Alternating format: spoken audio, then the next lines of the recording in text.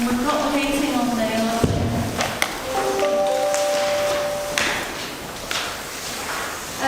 No apologies. Okay.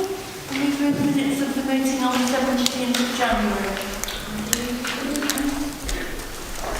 Any announcements? No urgent item. Can I draw attention to member declaration of interest at item 5? Interested to declare on agenda item 7, my mum is in receipt of care allowance from my grandma, so it's another interest as opposed to duty, so just declare that for thanks. Thank you for that, Janet. Okay, on to key decisions. Procurement of a district-wide social wellbeing service. Yeah, thank you. The current wellbeing contract expires at the end of March this year. We're proposing to extend that by 6 months to allow a meaningful procurement to take place. Good health and wellbeing bring many benefits for us all, and over the last year, healthier people are happy and much happier. There's lots of statistical information included in the report over the last 10 years. The current contract is with Nova, who discharge the service through other suppliers, and this is funded through public health. The reason for the recommendation is outlined at 9 of the report. It evidences the good work achieved during the last quarter, helping and supporting residents who were struggling. A consultation was undertaken, engaging with stakeholders and achieving 118 responses. The recommendation is at 2 and asks that Cabinet approve the procurement of a district-wide social wellbeing service for the period of 4 years, with an option to extend for a further 2 years. Thank you, Maureen. Any questions, any comments? Okay, thank you. Can we agree the recommendation? And the individual service fund. Thank you. Statutory guidance issued under the Care Act 2014 states that people eligible for care and support should be able to choose from a range of options for how their personal budget allocated for care is managed. There are several options available, and they're outlined in 3.1 of this report. The providers, and I can never say this word, but pseudo-dynamic purchasing system provides a list of contracted providers for those individuals to choose from. This is why we're asking Cabinet to approve commencement of a procurement process to recommission a multi-provider PDPS to be able to support people to manage their care via their personal budgets. The new contract will commence on the 1st of August for a period of 3 years, again with an option to extend for a further 2 years. Under 2.3, I just want to raise that the authority is delegated to the Service Director for Adults and Social Care, and I'm not sure whether that should include the Cabinet member as well, but I'll take advice on that. With that, I move the report. Sorry, Councillor, I missed that. Sorry? I missed what you asked me, sorry. Yeah, under 2.3, the delegation is to the Service Director for Older People. It doesn't include the Cabinet member, and I wonder whether it should. It would be normal for us to put consultation with the relevant Cabinet member in, so if you're moving it with that amendment, that's fine. Can I move it with that recommendation, please? Okay, well, thank you for that, Maureen. Any comments? We all happy with that? Okay, agree with the report. Thank you. And the WGH supplemental lease agreement for temporary accommodation. Yeah. This is just seeking authority to ask Cabinet to allow housing needs manager to enter into a new lease with WGH to provide emergency accommodation. The Council does have an obligation under the homeless legislation to provide emergency accommodation in certain circumstances. The Council does, as we know, does not hold any housing stock at all, so we are very reliant on these arrangements. The option is outlined in 4, and we are actually proposing option 1, that a new lease is entered into with WGH to allow us to continue with our statutory duties. Fairly straightforward. Can we agree the recommendation? Councillor Morley. City Region Sustainable Transport. Thank you, Denise. Yes, this is to accept funding, government funding via the Combined Authority for improvements to walking, cycling that mainly focus on most priority measures across the Wakefield district that have been part of Digital West Yorkshire. So it's always great to receive 2.5 million of funding to look at schemes, to improve schemes, whether the schemes up to implement in the next couple of years. So that's all really positive. If it wasn't the situation on the buses at the moment, it just seems really strange that all this money is coming from the government, which is great, but they're all funding bus measures correctly. The fact that we're seeing cuts upon cuts in the last couple of years with buses in Wakefield and getting more further cuts coming, it's pleasing that Arriva announced they won't make any further cuts in this round in April. I think that's mainly just the fact that they can't cut any more because they've cut everything they can cut. So it's great to get the funding, but once again, government needs to get a hand. We work with the West Yorkshire Combined Authority to properly fund public transport, it's just simply not good enough. So we welcome the funding, we'll do our part, we'll make these schemes up, we'll improve bus priorities, people getting around, but we need bus services there. So it's welcome that it's also been done short of this one. Yes, but obviously the money is welcome, but the bus services in our area are absolutely appalling, and people need to rely on the buses to get themselves to work, to school, and they need to know that the buses are there, especially in the rural areas and now they're coming through. And it's just a very bad situation, and we shall have to keep lobbying and doing all we can to get things back on track. I mean, I know the Central Circular out saying there'll be no more cuts, but for how long? Where are we with it? We need some reliability. Any more comments? Okay. Can we move on? Thank you. Item 10, review of car parking charges. My report just a bit more positive this meeting round over. Can't say I'm really pleased to be presenting the report, but we are where we are. From the last 3 years from the pandemic hitting, we've had a range of completely free car parking to 2 years ago, which was 2 hours free car parking. We were always pleased when we presented that and fetched it to the district, but unfortunately, the way government finances is, local councils, we just simply cannot sustain it. It's either free car parking or frontline services. I don't think any of us in Cabinet want to start cutting, care workers, bin operatives, highway staff. We simply can't do it, mustn't do it. So, unfortunately, free car parking will start to cease. We will have a bit of a changeover period where we need to have plenty of warnings, let people know, people who have visited the district, people who live in the district, that we won't instantly put on fines, we will need warnings after a good period. We will have to start implementing this. It's a massive revenue drain at the moment, so it's where we are. So yes, I hope we can accept the recommendations in the report. Thanks, Denise, and thank you, Matthew. And I fully appreciate and sympathise with the difficulties about doing this. I think introducing free parking in the Wakefield plan was the right thing to do. And get people back into the centre. Let's remember that the only authority in West Yorkshire that actually has such a generous incentive to try and promote businesses and growth. But we absolutely have no choice other than the cuts and austerity continues. And with a big chunk of 1.8 million out of the budget, I think we've sadly no option but to introduce parking charges in the measure that you've suggested. So I agree with the recommendation.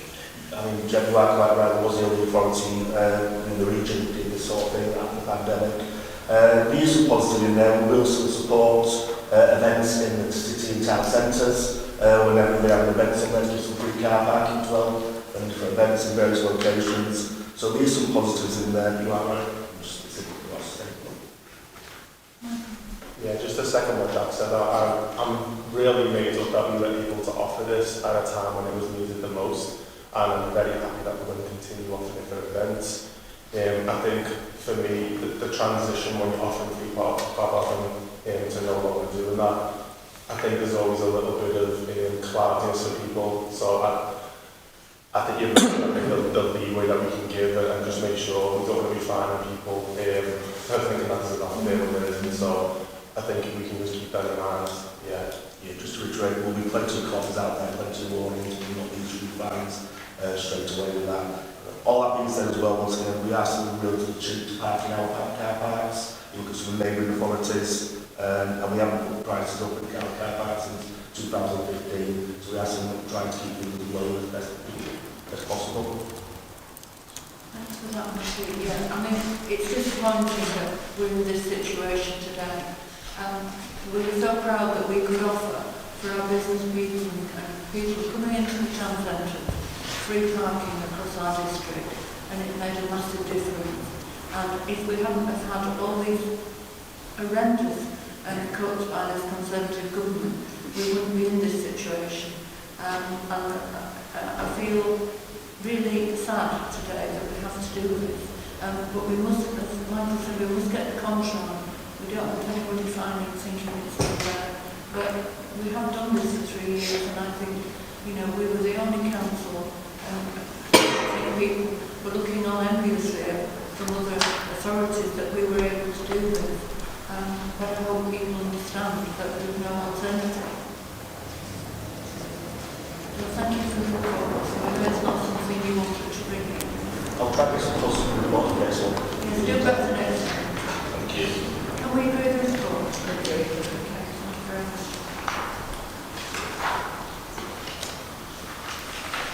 The next item is an item on Kellingley, investment in Kellingley Club at Nottingley. If you remember, we took it off the agenda 3 weeks ago because of the new subsidy control rules, which came into effect on the 4th of January, and we haven't had time to assess that situation. Advice has been taken now, and we shouldn't have a problem moving forward with this report. It is a large amount of funding that we're putting into Nottingley, but Nottingley haven't had facilities for some time.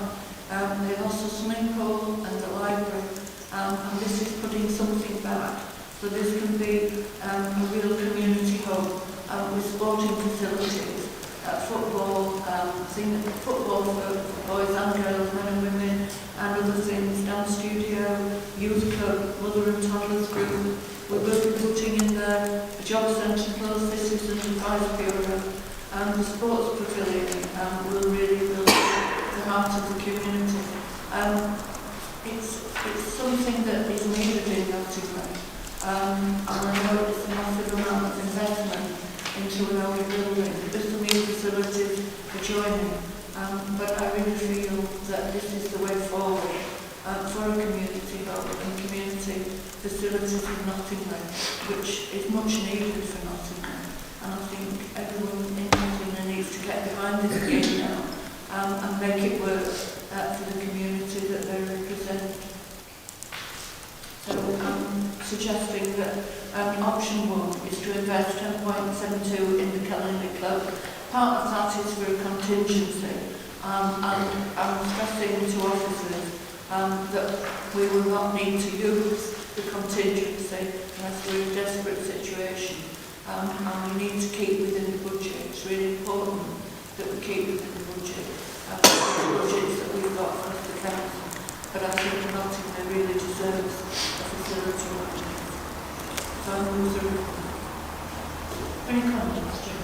Thanks, Denise. Yeah, I agree with what you said to the things. I think it's absolutely vital that we get some investment into Nottingham. We know it's a deprived community. We know it's suffered over the years from cuts and the consequent austerity. So this facility is really needed. We know it's been in the pipeline for some time now. I think the previous leader who originally instigated the project, and it's vital that we progress it and get something delivered so local people can realise the benefits of it. So I support the recommendation and agree with what you said. Let's take this one to. Okay, can we do the report?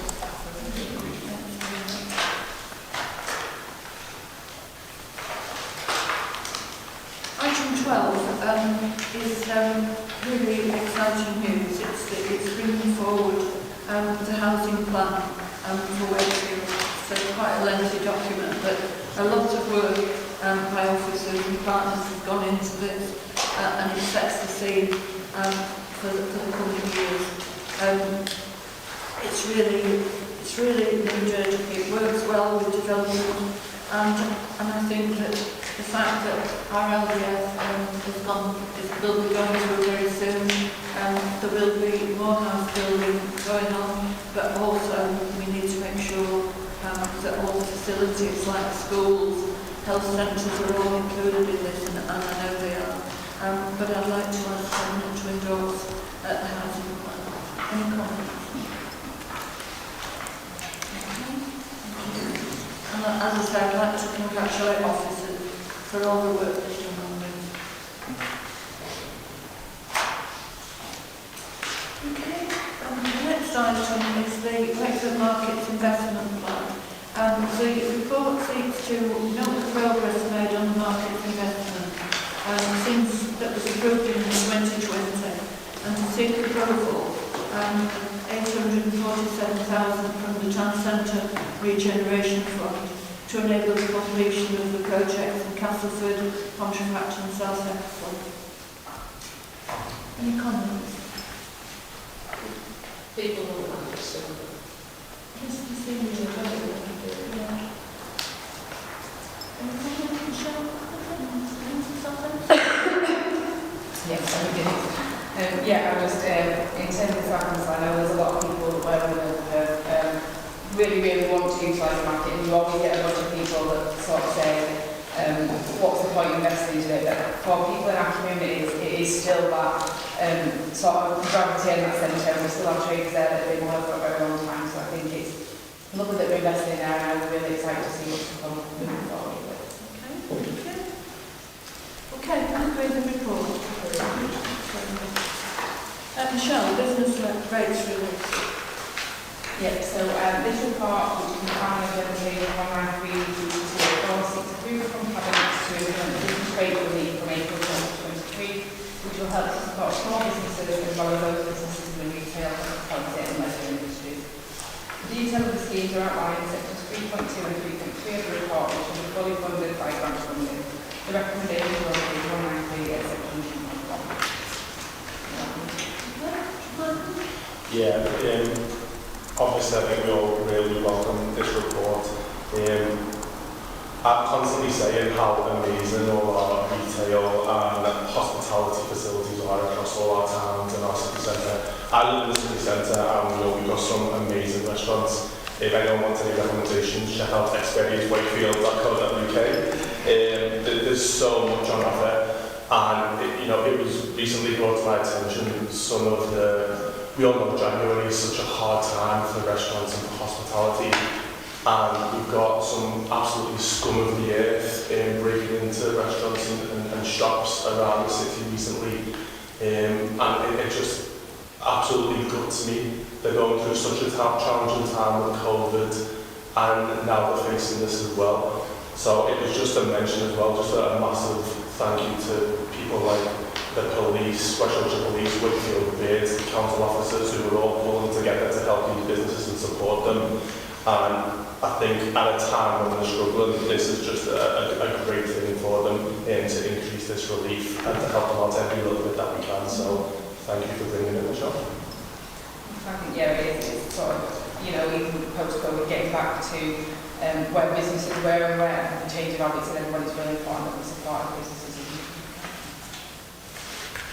I think we are, and businesses in this area are particularly struggling at the moment with the number of break-ins, which seems to be on a regular occurrence every night. It seems to be targeting Wood Street and North Street, and I understand there's to be a public meeting in a fortnight here about what's going on in the town centre.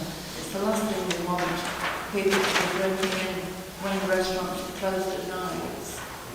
It's a bad situation. Just stand back on my soapbox. It's about time people who are caught doing this are given proper punishments, because they've arrested people for it. So once found guilty, give them a proper punishment so they don't do it again. Not a slap on the wrist, off you go, break into another restaurant. It's absolutely appalling, and we're all sick of that.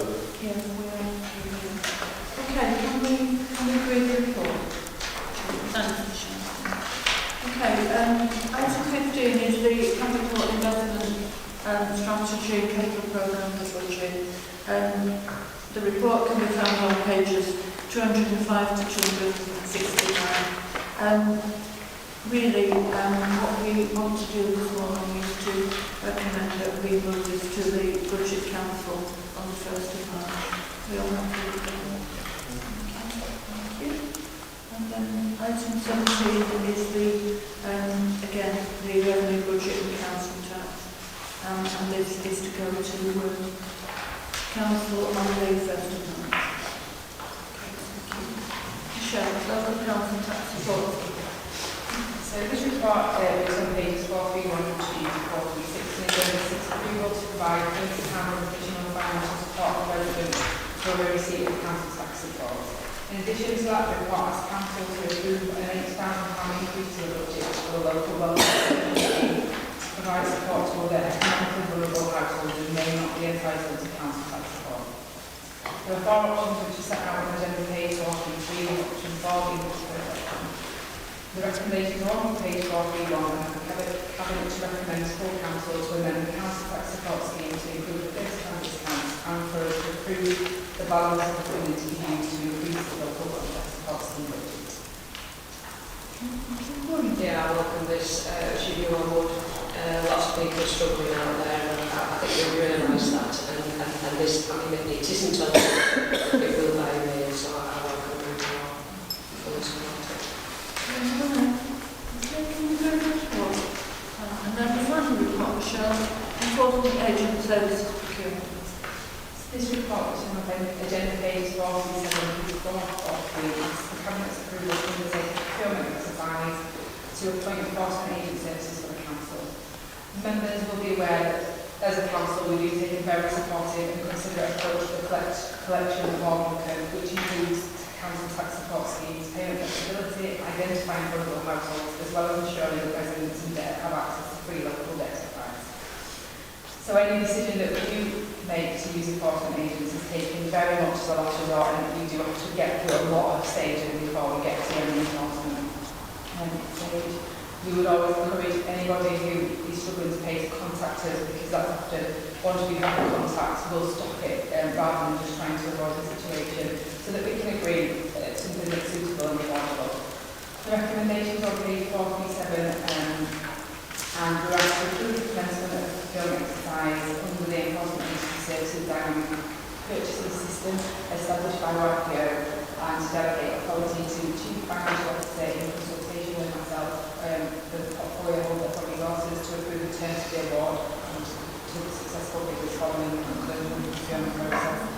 It also asks to delegate authority to the Chief Financial Officer in consultation with the portfolio holder to approve the terms of the award contract for the successful bidders following the conclusion of the procurement process.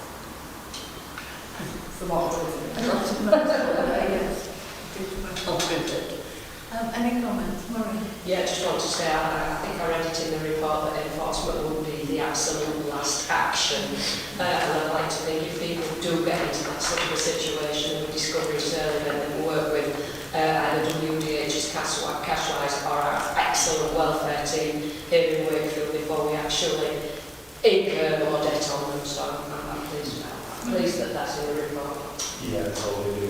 Just after seeing British Gas officers going around breaking people saying, this is the bit I love the most when they're breaking the door down. You know, I absolutely hate to see anything like that go. So last resort, fantastic. I think it's known as well that this is to be used on people who are taking the mick and trying to pay bills, not those who are financially struggling. The support's here for those people. And, yeah, very reassuring to hear that. Thank you.